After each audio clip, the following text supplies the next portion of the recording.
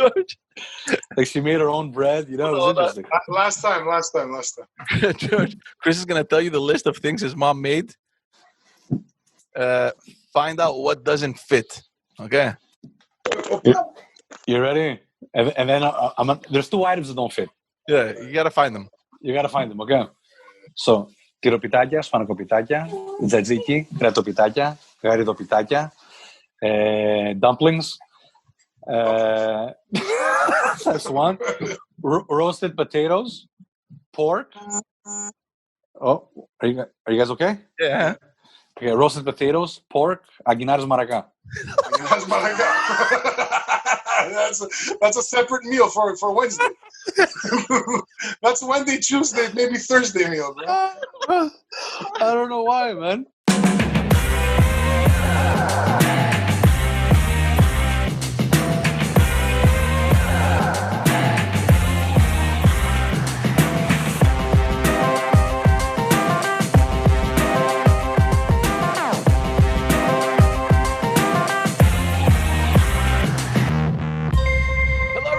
Welcome to another episode of Just Us Dads. Merry Christmas. Thank you for tuning in to another Dadversation. Chris dressed up for the occasion, so we got jealous, but we were a bit too lazy to wear dress shirts. We accessorized. Yeah, we accessorized. I put a little tire on my neck, and George came like he usually goes to places with that. I have a spare. Thank you again for tuning in. And if this is your first time, head on over to YouTube, subscribe. Also follow and like all the other platforms as well as the audio platforms. It's Christmas. Busy week. We record a bit late, which is fine. It's normal. So here we are. A bit strange though. We spoke about this last episode that this Christmas we were kind of expecting it to be a little bit strange. We didn't have our annual get together where we make fun of each other and exchange stupid gifts.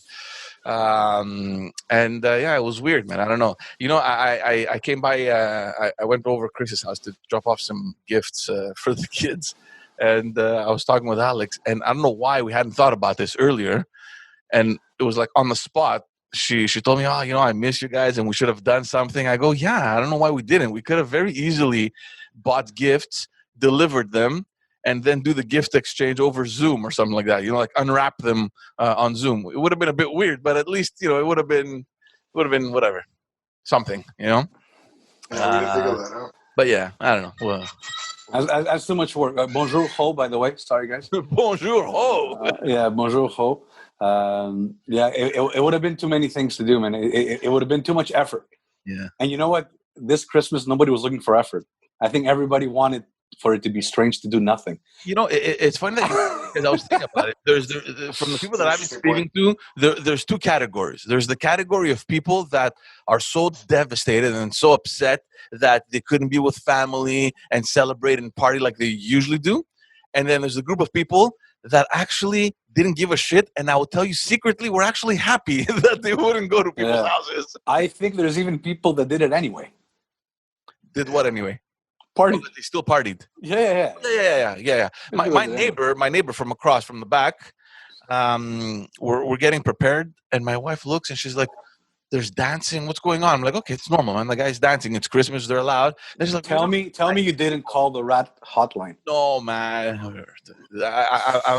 I'm a big believer in karma, man. I don't, you know. You never do that, man. You never tell. She's looking through the thing now. She's like, there's a lot of people. Like, they seem to be dancing. Like, and then I look, and they were older. So I'm guessing it was probably, you know, both, the couple's parents there. So there was like an extra, you know, it's the grandparents basically, an extra 4 people.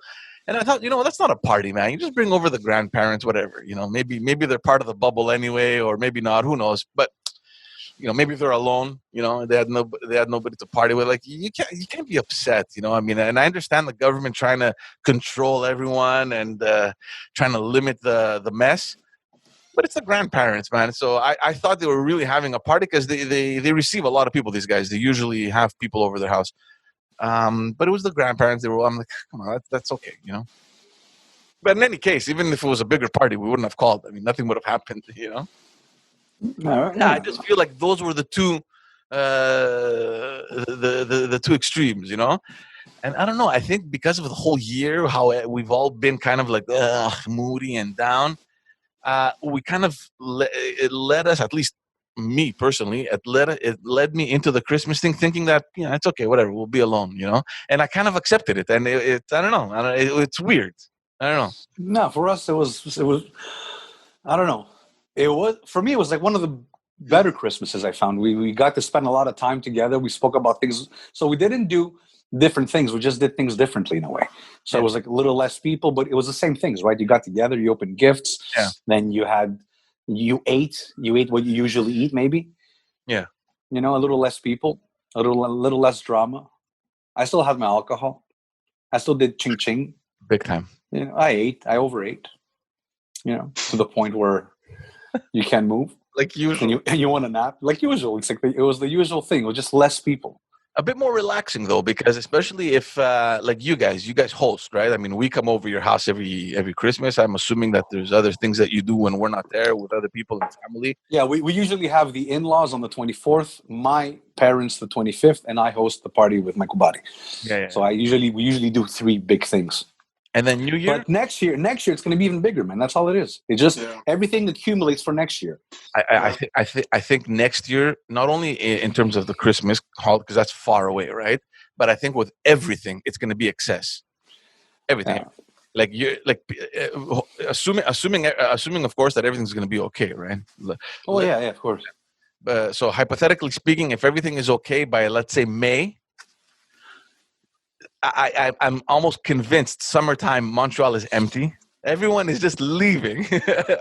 A lot of people left even now, man. A lot of people like that worries me though. That worries me. Honestly, I got to be honest. That worries the hell out of me. And it's going to be crazy when they come back. Well, yeah, because remember the big breakout happened in March, April when everyone came back from the March break. Yeah. Same thing here. You know, there was a lot of people at the airports. And I just, and look, we're not going to get political. It's a Christmas show, but I just don't understand how at the very beginning everything was closed off with much less cases, much less people hospitalized. They were much more careful. Okay, we're shutting down. Now we're hitting record numbers, man. We're almost at 2,500 cases. There's over 1,000 hospitalizations. Like the hospitals are in a critical condition over here. And yet the airports are open. Everyone is free to travel. Oh, but be careful. Okay, make sure you're tested when you leave, and when you come back, you're going to quarantine. Nobody's going to respect that. So, I mean, I'm very much worried about what's going to happen by the end of January. It really worries me. Based on what we saw in March, you know? So you're thinking there's going to be more closures? Worse? I don't know about More closures. strict? I don't know about closures because I think the biggest difference was that in March, nobody was expecting this situation to have lasted this long. So they wanted to rush the excessive measures thinking that we're going to beat this quicker. But seeing as how that damaged the economy this time around, I think they're a little bit more reluctant to shutting everything down because you don't want to perpetuate whatever damage that might cause. Yeah. So they're very, I mean, look, everything is still very much open. You know, there's also they have more information. Yeah, we do have more information, but at the same time, there's a lot of slack. Like in the beginning, everyone was very respectful. The streets were empty, and I saw it because we kept working. I would go from the South Shore to Montreal like in 15 minutes. I've never done that in my life. There was nobody on the roads, you know. This time around, like I don't think anybody's really paying attention. I don't know. You know, we got a little bit of a scare because last week we got an email from my daughter's school on Sunday in the afternoon saying that one of the kids in her class tested positive. In the class? In her class. Wow. And I'm like, fuck that shit. We haven't had that yet. Yeah. We had it twice. And it was in the class. In the school, we had like a dozen. Like, I mean, like possible. Like, thinking somebody, We got those emails. Luckily, we haven't had any inside our bubbles. Yeah, no. This was the first one because, like, so far we've been really happy. Like, they've really managed to control everything. There hasn't been any cases, but I think this is the first one. And it happened in her class. They sent us a note on Sunday saying that the kid was tested positive. So if the kid if they got the results let's say Saturday, and they sent the email out on Sunday, it means that at least 24 to 48 hours before you get the result, which means that that kid probably got tested on Thursday, which means that for sure the kid must have had symptoms Tuesday or Wednesday when they were still in class. So we were trying to find, and see, this is where it gets upsetting, because we were trying to find out if that kid had gone to school during that week or not, and when was the last day that that kid was in class. And they're like, oh, we don't know. For now, if you have any questions, call the public health. The public health isn't going to tell me if that kid was in class, man. Finally we got the answer, and they told us, wait 14 days, isolate yourself and just monitor your symptoms. I'm like, I'm not going to wait 14 days. So we all went and got tested that same day. And thankfully the results came out all negative, but it's a bit of a stressful situation, man, man, yeah. I mean, it's this topic, man. It's becoming this topic. It's heavy, man. It's not only heavy, Chris. It's almost that as if it's become part of your normality, right? It's like, oh, okay. Oh, did you get tested? Oh, you can't smell. Oh, a cough. Oh, you might have something. You got to go. Look, this is like we need to dedicate like a whole podcast on this. It's too complex of an issue with too much uncertainty to tackle it. There's too much to say about it, and there's economic issues. There's political. There's all sorts of stuff. It's not just medical. There's a lot of issues that are attached to this issue. It's multivariate. There's a lot of different moving parts that we don't understand, that we don't know. And there's it's a difficult issue to explain. Exactly. And because there's so many dynamics, you also have all these varied opinions about it, right? And you just don't know where you stand. Well, because it affects people's emotional state. No, but it's no, but myself too. I move a lot on it. I feel like I reach something, I move here, then I'll reach something else, I'll move here, then I'll go into, and I'm in the industry in a way, indirectly through ventilation, I'm in the industry. Like we've seen seminars on COVID, what it's like, what it does. We understand the behavior. We know what to do in order to help ventilation. There's different technologies. I'm looking to different investments within the vitamin world, multivitamin world, nutraceuticals, whatever, all that stuff. It's like you keep moving, man. You keep moving because you're not sure. No one's sure. There's a lot of uncertainty with this. And now there's a new strand, apparently, that they found in the UK, which is much more lethal. Yeah. Well, lethal and the contagion is a lot. I don't know if it's more lethal, but it's more contagious. It's the virality. What is it called? Virality. Yeah. But it's much more contagious, and it affects much younger people, like around the 40-year-old group age. So.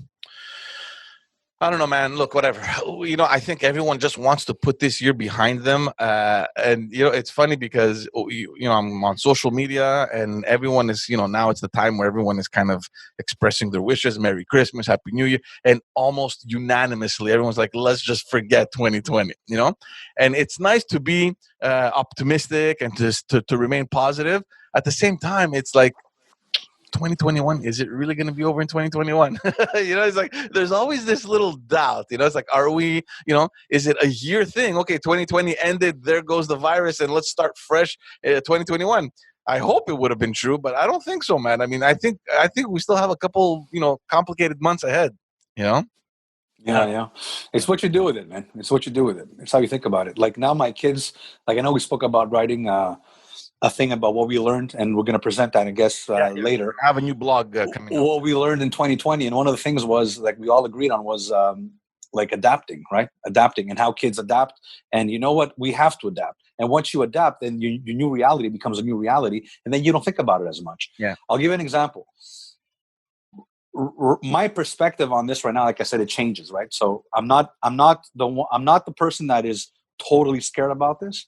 And I'm not the person who thinks that, oh, you know what, it's nothing. I'm always in the middle, right? And I think the crazies are the people that are not afraid at all, and the people that are too scared. Yeah. Like those are the two extremes. And if you're you're not doing anybody any service. You're doing actually the world a disservice by being in that position. Well, so not necessarily the ones that are extremely scared, because they're just staying home and they're just, doing their thing, and they're not really affecting anyone. So they are affecting, because those are the people that allow other people to control their lives. And they think that the government is the big hero, and let them do whatever they want. So you don't want people like that either, because then governments, yeah, exactly. So I don't want that either. But at the same time, you can't just be like, this is nothing. nothing. It's a hoax. And no, there's some truth in it, right? Yeah. But it's how you adapt to it. And I think I think the media is doing a disservice to everyone, by propagating the fear. I find last time you spoke, you're one of those guys that looks at everyday things. I believe you shouldn't look at the everyday deaths. That doesn't help you. It's not information that can help you live your life better by knowing if it's 2,000, 1,000, 1,300, 1,750, because the average person doesn't know what to do with that statistic, because that number has to be correlated to other things.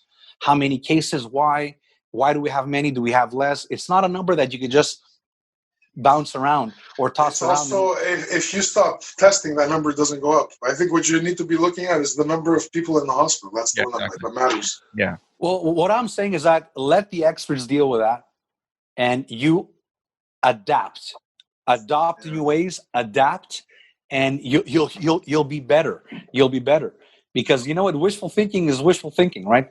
Everyone's wishing a better 2020, but if you do nothing about it, you're going to get the wish. You're going to get nothing. What you're going to get is what you wished for. Yeah. And not necessarily. So what is a wish? You know what I mean? It's like there's more action. There's more action involved. There's less. You know what? The more you get into this topic, the more you understand you don't know anything. Yeah. And it's one of those topics. There's another thing we don't talk about is the kids that are being raised in this. It's affecting them, man. Yeah, but the kids, George, they got. Hold on, because I'll give you an example. Like I told my son that my sister, who lives alone, was going to come over for Christmas, and his first question was, "The virus is over?" Yeah. He's 5 years old, and he's asking me this question. Yeah. He has a concept of a virus, and it's a pandemic, and you're not supposed to touch people. And he's 5 years old, and he's coached himself not to do certain things. You know what I mean? He's coached himself how to maintain within a bubble. And it does affect the behavior. Like my kids didn't know, do I hug Yaya or not? Because they went to get their present. But I came to your house to drop off things, and then do I hug or no? It's like, okay, how do they think? Look, let me just be safe. I wasn't sure if I should open the door. there you go. Leave it at the door and run. I'm like, let me get my mask. Yeah. I remember when I came to deliver a shirt or something. It was at the very beginning of the pandemic. You threw it from the street to my doorstep. And I went and got my alcohol bottle to spray it before I pick it up. I drive up to his house, and from the sidewalk I fucking launch it. You see, like I move my body so it doesn't touch me, and then I start spraying it with alcohol before I pick it up. Yeah, those were the beginning days. We knew nothing. First days where everybody was freaking out. We would come home and undress in the garage. Almost naked, right? The front door, we did that. Yeah, clothes there, pack them up, drop him in the washer right away. But you see what I mean? That is crazy behavior. You don't need to do that anymore. Yeah. Well, yeah, you don't, because we also have adapted, right? I mean, there's been so many stages that of course, kind of evolved throughout this whole year. And man, I remember the groceries that we had to just dump them in the sink to wash everything before. Yeah. You know, I mean, it was crazy. Yeah, it's one of those. Let the experts do what they got to do, and never discourage the people that are courageous enough to do things, because heroes aren't born from people that are cowards. Yeah. It's not the people that are afraid and they don't want to leave the house, and these are not the people that are going to solve the issue. Right. It's the guys that take the step forward. It's the guys that don't care about their lives. It's the guys that break the rules. They don't break the law, but they break the rule. Yeah. Those are the guys that give us the hope, right? So let those guys do what they got to do. But it is a tough situation. And I saw it with my parents. Usually we go eat at my parents' house the 25th. And like I went downstairs. I'm like, hey, I wore my mask. My parents are wearing a mask. And we're all like, 15 feet away, not 5, 15 feet away from each other. And it's like, so what are we going to do? Well, I don't know. I saw my dad being scared. He was scared. The guy was scared. Yeah. It's like, no, like better safe than sorry. I'm not going to risk this. Yeah. My parents too. I mean, look, my mom works at a daycare, so she's very careful. And, my dad obviously as well. And, before they came out with, the strict cancellation, like it's over, everything is canceled. Yeah. Right before that, they were allowing up to 8 people, 3 families. So my brother was kind of starting to plan something. We're trying to see how we can fit, because there were a lot of people, how we can do it. And my father, even at that point, he's like, I don't know, man. I'm not so sure. If you want, I'll get the food. Come pick it up and you can go cook it at your place. So that way, you don't have to go. Like they're always thinking, what can we do for you, kind of thing. Yeah. We're not coming over. You're not coming over, but we'll get the food. It'll be prepared. Just go home, put it in the oven, and you'll be. So we did that. I went over. I picked up like 3 boxes full of food, and that's what we did. That's what we did too, man. My mom cooked as if everyone was coming over. No one came over, but she cooked. She performed exactly how she needed to perform, assuming that everyone was coming over. So she did 1,000 little. She did like meat pies, spinach pies, cheese pies, chicken pies, little things.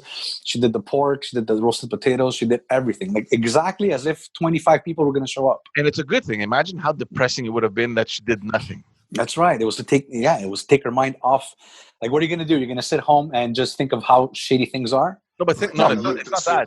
I don't think it's that. I think it's the fact that when you're used to doing something for whatever, 40 years, 50 years, it's like it's such a pattern in your head where it's like a natural clock. 2 to 3 weeks before Christmas, the work, you got to get the work going, make biscuits. Well, it was like your dad, right? He prepared all that food and you guys picked it up. Yeah.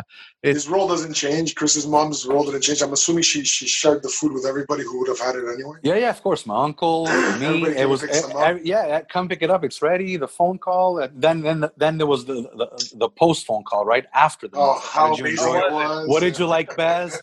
Was that good? Did you like to eat? Did kids eat but right? See, the big difference with you, it's like it's cooked because you're just next door. It's like, okay, it's cooked. Come pick it up. Me, it wasn't. It was like it's all seasoned, whatever. It's ready, and with the instructions, you're gonna put it as if we don't know how to cook it, but whatever. Then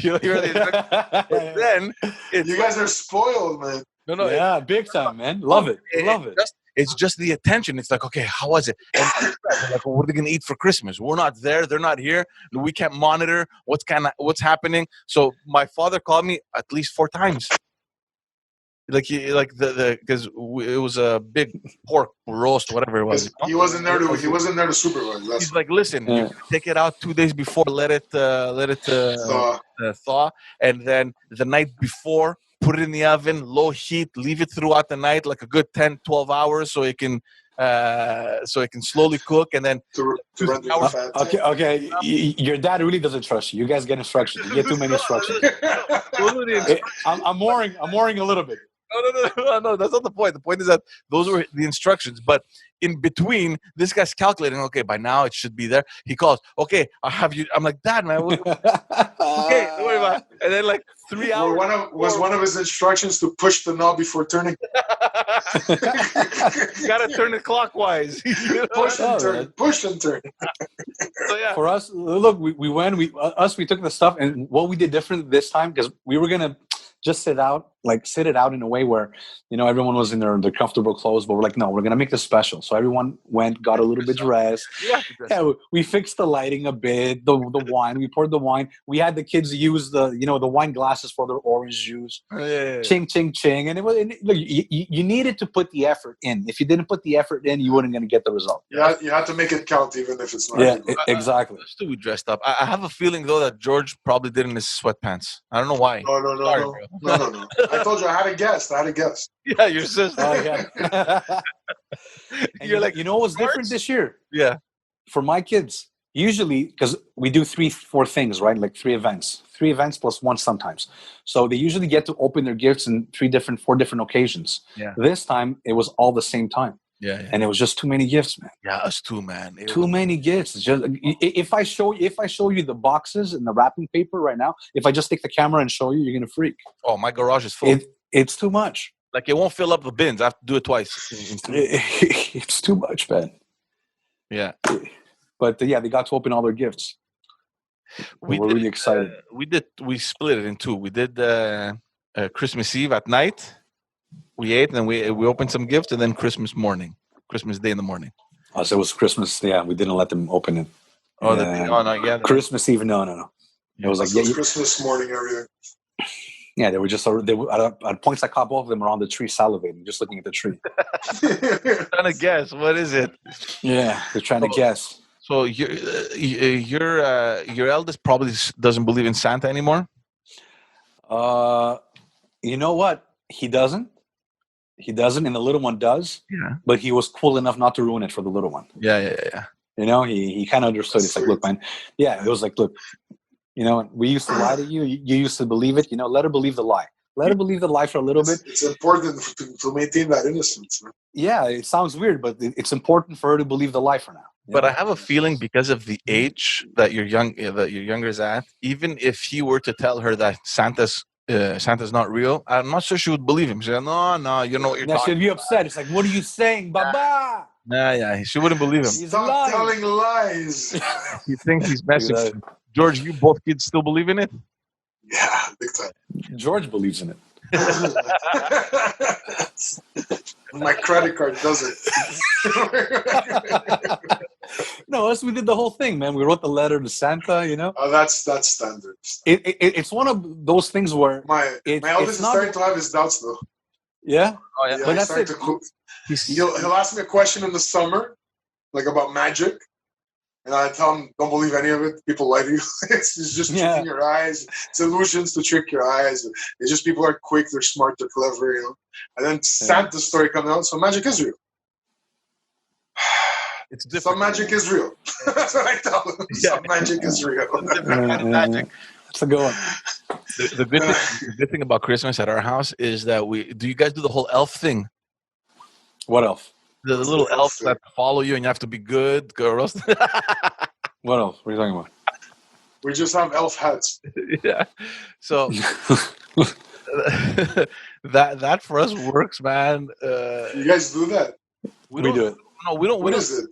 No, you don't do that whole thing because I'm seeing on social media they like every day they do like a prank and they take. Yeah, that's what we do. We do 3 days of that. Yeah, no, we don't do any of that shit. We just leave we just leave the elf. They play with it because they think it's like a doll or whatever. But we tell them, look, you got to be careful because they look at everything, they hear everything, and they report back to Santa. Guys, you don't understand how instant the reaction is. Like my the little one doesn't really understand, but the eldest, man, the minute she did something wrong, I'm like, look, man, you did in front of the elves. They're gonna go tell Santa. She's like, oh no, sorry.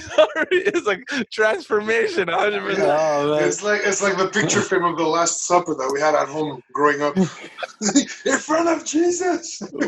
we do it differently. Us, it's like we don't have him being scared of the elves. It's just that he does a little prank every day. Yeah. So for 3 days, he does a little prank, and it's like in the morning it's like, okay, let's go see what he did. So it's like a little mess, a little prank, whatever it is. But yeah. Oh, you know, they like it. They like it. My wife found, which is like super cute, because my daughter was like, yeah, but they're always here. Like, how do they tell Santa? Like, where do they go? Like, they're always here. Like, you know, so they're starting to get a little smarter. Well, tell them, I have a cell phone. Yeah, no, it works the same way. My wife found online this little miniature door. It's like really, really small, and you stick it on the wall.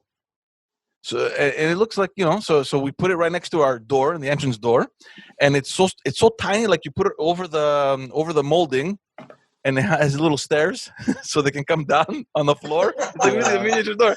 So it's like an elf door. So like, look, that's the door they use. It's a magic door. They go through that door and they come back in, like that's their door, you know.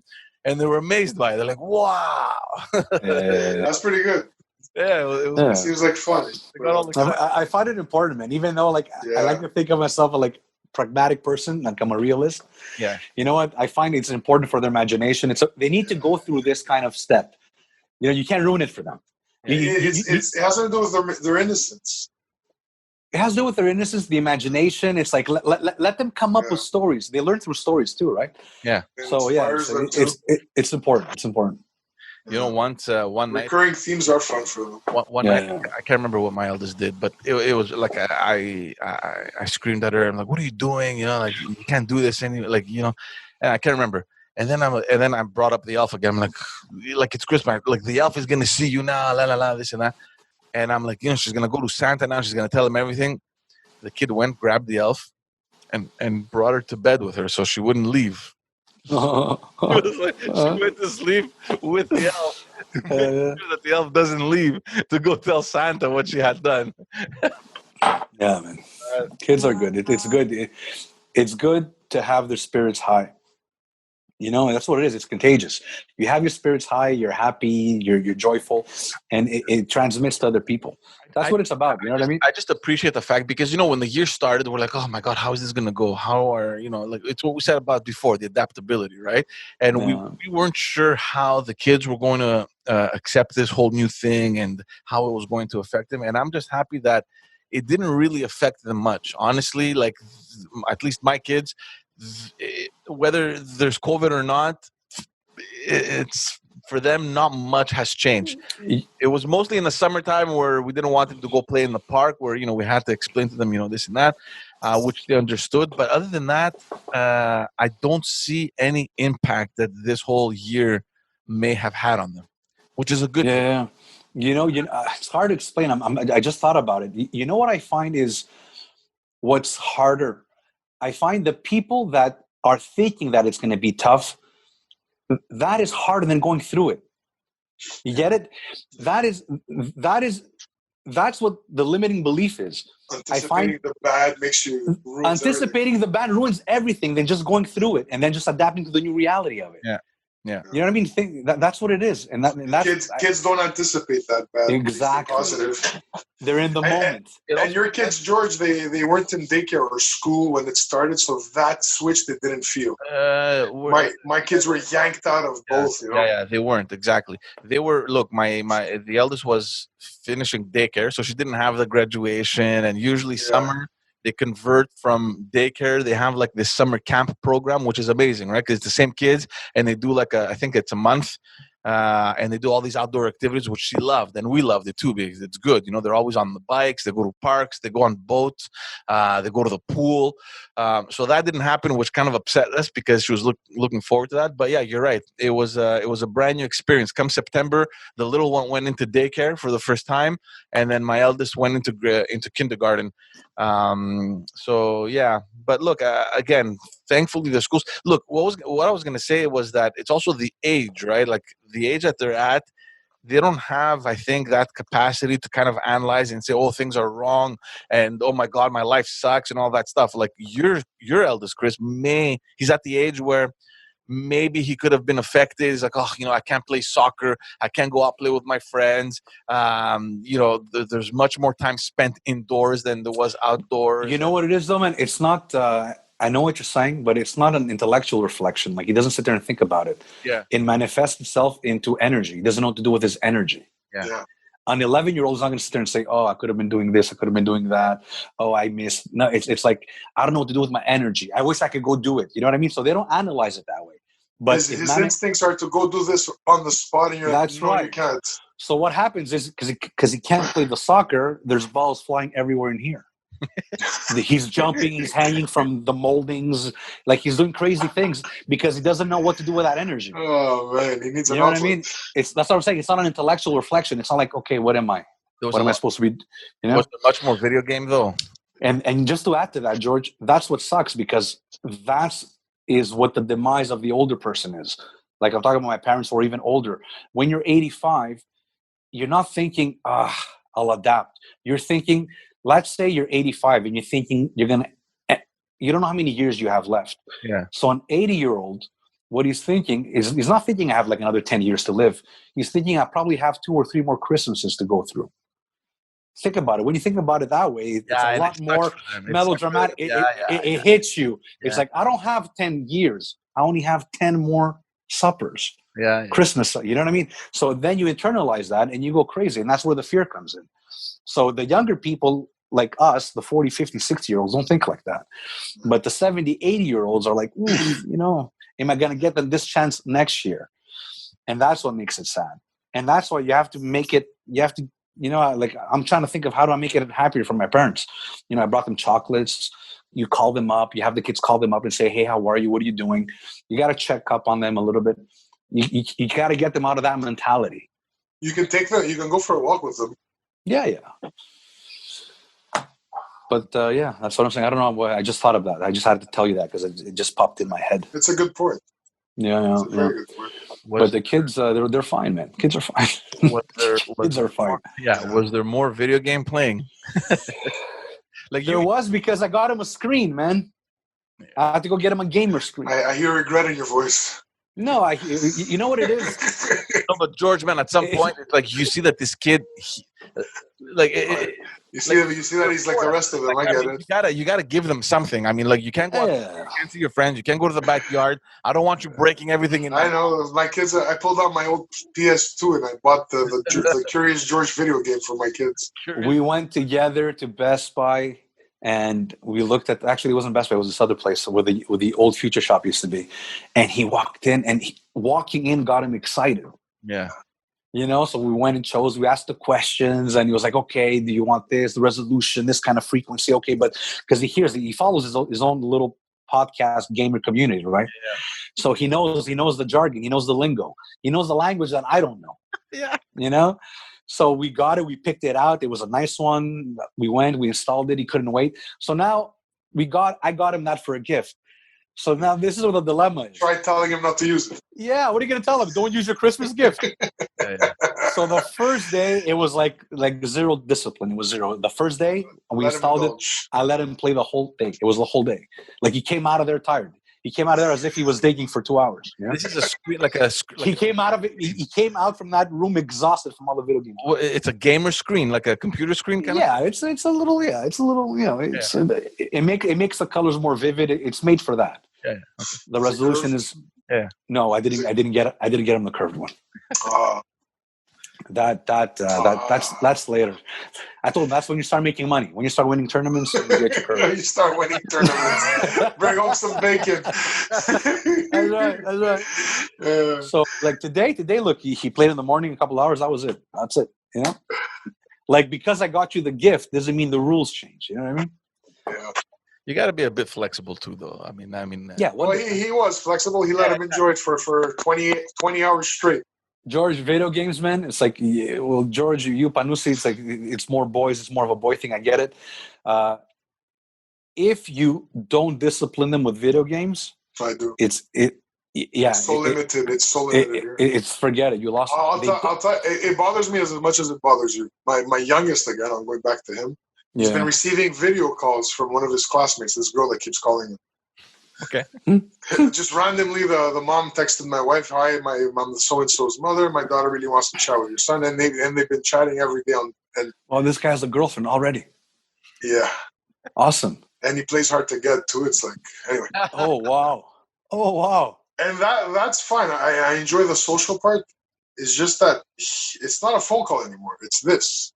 And he's playing, and the app has filters, so you can play around, and you're playing with the app and making little things. So it's just added screen time, and this is the part that's disturbing because it's more screen time, and then he wants to watch his TV show, and he wants to watch his brother. And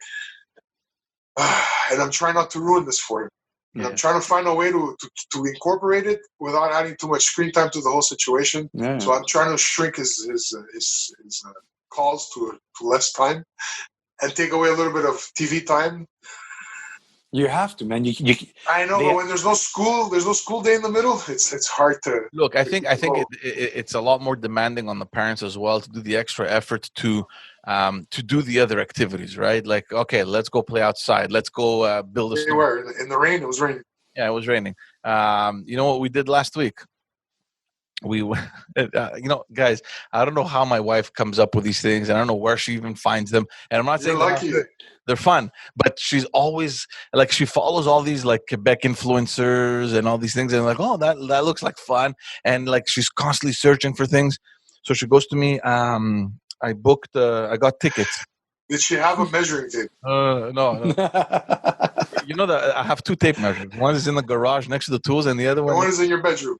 One is in her dresser, right next to her. Because she might wake up at 3 a.m. with an idea, start measuring. No, so she goes to me. Okay, I got tickets. We're gonna go. It's gonna be fun. I'm like, where are we going? First question, like, where and how far is it? And do I need to drive? You know what I mean? She's like, and there's this place, guys. It's Mont Saint-Hilaire, which is not so far from here. It's about half an hour. And there's this private farm. And you go and you walk an alpaca. Oh, yeah? That's funny, man. That's pretty good. We're going to go walk it. I'm like, what? Like, how do you come up with these things? She goes, yeah, you go there and they give it to you and you just walk. There's a trail in the woods. And I'm like, I'm going to go walk an alpaca now. She goes, yeah, it's cute. It's like walking a dog. Don't those things spit on people? No, those are the llamas. Those are the llamas. It's the same family, but different. Yeah. It's a small one. They're cute, whatever. It's like you're walking a goat or something, a bit taller. But it was fun. The kids loved it. The alpacas are very friendly. And that's it. We gave them food. We walked them for, I don't know, maybe half hour. And then we left. Okay, thank you. But it was fun. Did they smell better or worse than a horse? They don't really smell like when you smell it when you're walking up to the farm because they're all there and they're shitting. But once you could smell a horse a mile away. You smell an ass smell from a distance. Yeah, no, they once we're walking with it, it wasn't that bad. Like, I mean, they don't really, they didn't really smell. But yeah, man. So I walked an alpaca. Awesome, man. Nice. That's amazing. Did you pet it? Yeah. No, they're very friendly. Did you kiss it a little? They're cool. Yeah, they're nice. We got 2 of them. It's amazing. Like, Joanna's like a secretary for his personal life. There's little spaces. It's amazing, man. You don't even have to break your head to be a good parent. Dude, you don't even need to think anymore. You don't think. You just do. You didn't even need to drive. You just went. Yeah, and next week, just tell me. No. I have to ask because there's been some mistakes in the past. Like there was this one time. It was Christmas time. She's like, oh, look, there's this place. And it's like this whole Christmas theme, the whole village. You go and you can drive and there's lights everywhere. And we can go in and we can pay. And there's like a dinner. And I'm like, okay, whatever. Guys, it was the worst fucking weather you can possibly imagine. Like the worst. Yeah, well, that happens, man. You can't control that. But listen, it took me 3.5 hours to drive there. I don't even remember where it was. Honestly, I don't even remember where it was. 3.5 hours to drive there. And then we got there, and it was like this community center where they served us food. Like you go like the cabana sucre kind of food, the sugar shack kind of food. And I'm like, I cannot believe I drove 3.5 hours to come to have ham, and scrambled eggs or whatever. And then to drive 3.5 hours to go back. So from now on, every time she says something, I'm like, where is it? How far is it? Did you guys go to Illumi? We did. Illumi is amazing, guys. It's amazing. Go, George, have you gone? No. Oh, go to nice. And, actually, I love it much more because we went last year too, and last year I just did not appreciate. It was very cold, but I don't like being around too many people, and it was just packed, and you're walking, and it was cold, and I don't know. The complainer in me came out. This time around, it was the best. It's like I loved it. I liked it. Drive right through. You open your window. I even got it from my parents too. I got them tickets, and they loved it. It's amazing. They enjoyed it. Yeah. Oh, it's fantastic. The stuff they do with lights, man, it's great. And next week we're going to Granby Zoo. We're gonna see the winter version. It's not the Park Safari. It's do you get out of Granby Zoo or do you drive? Oh yeah, I don't know. Granby Zoo is. We've been to Park Safari a couple. I mistake the two always. Park Safari is the one that you just drive and you feed the animals. Well, there's both. There's the petting. At Granby Zoo, they have that too. No, there's no driving. There's another one she told me about yesterday. Parc Omega. It's a bit far though. So I remember these things, man. Like if you ask me in your life, Chris, how many times have you been to Park Safari? I know I've been. I don't know when. I don't know what year. We've gone recently. When I was young, I can't remember. They just don't stay in my memory, man. Yeah, no. But now, no, Park Safari, I remember it because we went recently. But this one apparently it's a forest. It's like a natural reserve, and you drive through it. And they have wolves. There's bears. Awesome. They don't come. Those don't come to the car. They have them. They're caged. They have like a mess. I'm bringing my kids. There's wolves. There's bears. And it's a forest. They're free. Forest. They're wild. We're gonna go pet the bears and the wolves. No, those don't come to your car. So they're gonna eat the alpaca first. Oh man. So I think I'm not sure if she got tickets for that. I'm not sure, but that one is a little bit far. I think it's close to Montebello. You have to share, man. Make me look like a good husband. Yeah, man. I will. Wait, what is Joanna just book us the stuff and send us invites and just goes in my car? Send us the tickets and the receipts. No, man, just tell her to put it in my Outlook, man. I'll just accept or decline. That's all I want to do. She'll take over your agenda too. That's fine. As long as it's fulfilling, who gives a shit? No, but you know what? I can't blame her because she's always looking for activities to do, and I think she's understood that maybe it's boring for the kids. And like I told you last week, we got a TV now. It's in our bedroom, and the kids are always there at night watching movies, and we're much more flexible now. We did a lot of that. I mean, they're staying up later than they usually stay up, but we got to get. Is there chocolate stains on your pillow? No, we've washed like almost every 2 days we're washing sheets. That's standard. It comes with it.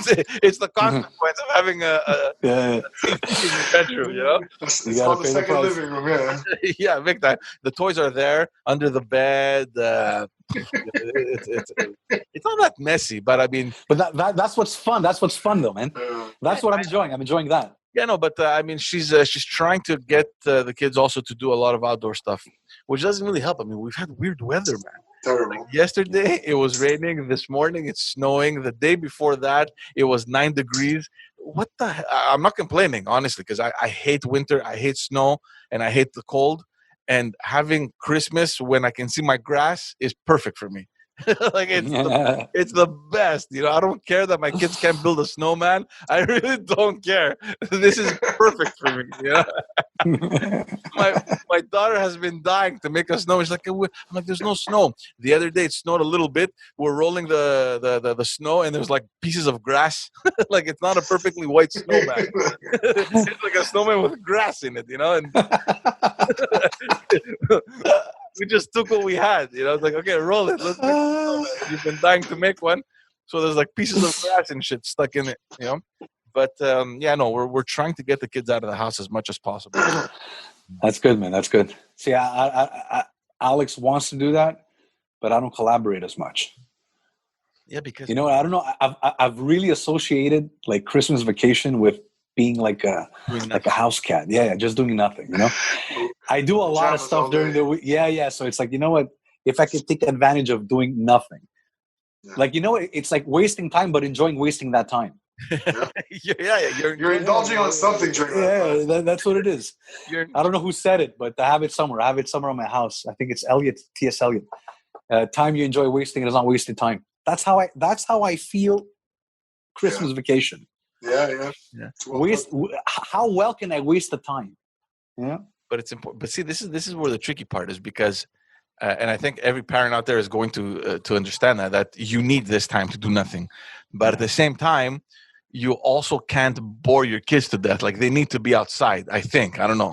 Especially at the age where mine are at. So you got to do the parks. You got to keep them out. You got to keep them out too. Yeah, but you want to just do nothing, right? Guys, I'm not joking. I can wake up, like, if I wasn't married and if I had no kids, I can literally wake up in the morning, grab my phone, fuck around with my phone, watch TV, like in my bed. The whole 24, I can spend the whole day doing that. No joke. Maybe a week, 2 weeks. You wouldn't be able to do it for longer, man. No. Fucking lying on the couch, fucking pissing an empty bottle so you don't go to the bathroom. No, you buy a diaper. At that point, you buy a diaper. You buy a diaper, man. I don't want to feel it. You don't want to feel cold. Or you wear the diaper, you do it, then you put it in the trash can next to you. Just piling up there. Oh, man. Yeah, so I don't know. I mean, now the whole thing is, preparing for New Year's. And, look, Christmas and New Year's, they're two different things. Like, what we did now for Christmas is a bit more acceptable because, you're still with a family, you're eating. But there's something about New Year's that is strange, not spending it with people, or at least being in like a party environment, or, Christmas is a little bit more mellow. Yes, there's music, there's drinking, you're having a good time. But, we're conditioned to think that Christmas, that's what it is. We're together, we're at home, we're spending time together, eating, whatever, and this and that. But New Year's, sorry, George, let me just correct. We're home overeating. I just wanted to correct that. Yeah, overeating.